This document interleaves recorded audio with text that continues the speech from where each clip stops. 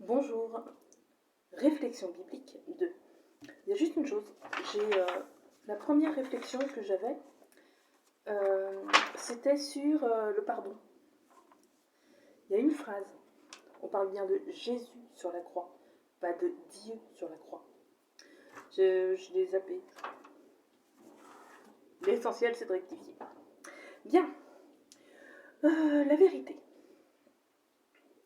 Quel enfant ne s'est jamais entendu dire « Dis-moi la vérité, c'était bien la peine de nous apprendre ça, si c'était pour nous enseigner plus tard que toute vérité n'était pas bonne à dire. » Alors comme ça, il faut mentir à condition de savoir doser le mensonge pour être le plus responsable possible. Soit, l'humain est comme ça. Il faut dire que mentir un peu pourrait être complément de la vérité quelque part.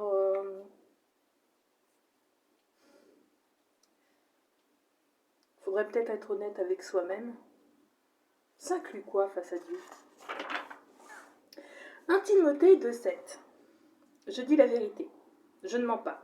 Docteur des païens, dans la foi, la vérité. Si la foi demande la vérité, comment être dans cette parcelle de la pureté en Dieu si dans la vie, on a le droit au mensonge? 1 Jean 5,6 dira Dieu est vérité. En conséquence, une partie de notre parole nous rapproche de Dieu, pas l'autre. A-t-on des scrupules parfois? Ça arrive. Ça peut tourmenter ou pas selon notre degré de l'humour, de l'interaction avec notre ego et bien sûr, notre âge.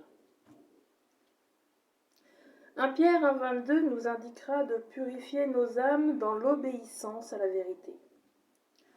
Mentir pour aider existe. Ne nous leurrons pas. Et demander en soi-même pardon à Dieu en s'adressant à lui par la prière, c'est s'approcher de cette obéissance. La droiture de Dieu, c'est la sauvegarde de l'homme. Et la sauvegarde de l'homme, c'est la foi. Marcher en la présence de Dieu, acquérir les armes de Dieu, se forger à sa parole, c'est plus un degré terrestre, c'est un degré spirituel. Souvent, on a tendance à confondre la parole vers l'autre avec la parole vers Dieu. Il ne s'agit pas de s'enfoncer dans un mensonge. Il s'agit de parler des cas spécifiques. Le mensonge à mauvais escient est donc impur. C'est pour cette raison qu'il faut admettre que l'on sait pécher, que ce soit dans l'erreur ou pour aider l'autre, en ayant la capacité de ne pas sombrer soi-même. Tendre une main, c'est très bien. Mais être attiré dans les ennuis des autres sans en avoir les épaules, sans se renseigner plus que ça, voir midi à sa porte, c'est mieux